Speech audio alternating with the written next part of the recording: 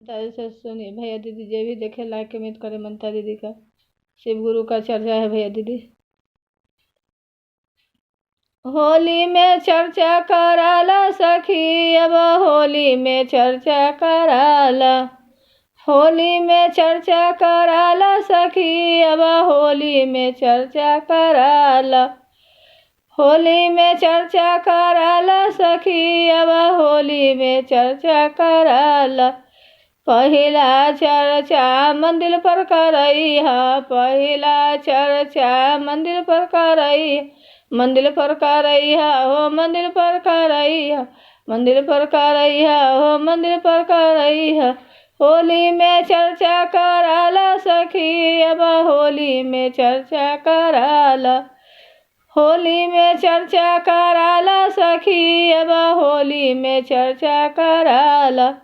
दूसरा चर्चा आंगन में करैहा, दूसरा चर्चा आंगन में करैहा, आंगन में करैहा हो आंगन में करैहा, आंगन में करैहा हो आंगन में करैहा।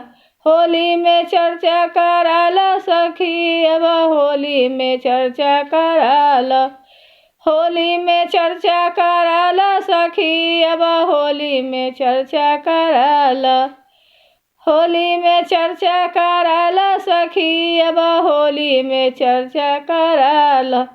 तीसरा चर्चा द्वारा पर करैहा, तीसरा चर्चा द्वारा पर करैहा, द्वारा पर करैहा हो द्वारा पर करैहा, द्वारा पर करैहा हो द्वारा पर करैहा। होली में चर्चा कराला सखी अब होली में चर्चा कराला, होली में चर्चा कराला सखी अब होली में चर्चा कराला। गुरु जे ही भैया के बोलैहा, चर्चा में गुरु भैया के बोलैहा, गुरु भैया के बोलैहा, गुरु बहना के बोलैहा, गुरु भैया के बोलै, गुरु बहना के बोलैहा। होली में चर्चा कराला सखी अब होली में चर्चा कराला, होली में चर्चा कराला सखी अब होली में चर्चा कराला, होली में चर्चा कराला सखी अब होली में चर्चा कराला।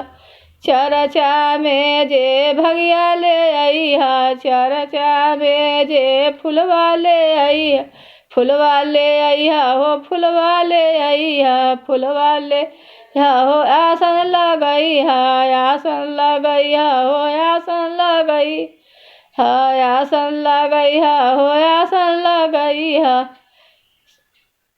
होली में चर्चा कराला सखी अब होली में चर्चा कराला, अब होली में चर्चा कराला सखी अब होली में चर्चा कराला, अब होली में चर्चा कराला सखी अब होली में चर्चा कराला। ममता दीदी से सुनिए जब भैया दीदी देखे लाइक कमेंट करें ममता दीदी के शिव गुरु का चर्चा है भैया दीदी, गलत सलत माफ़ करिएगा।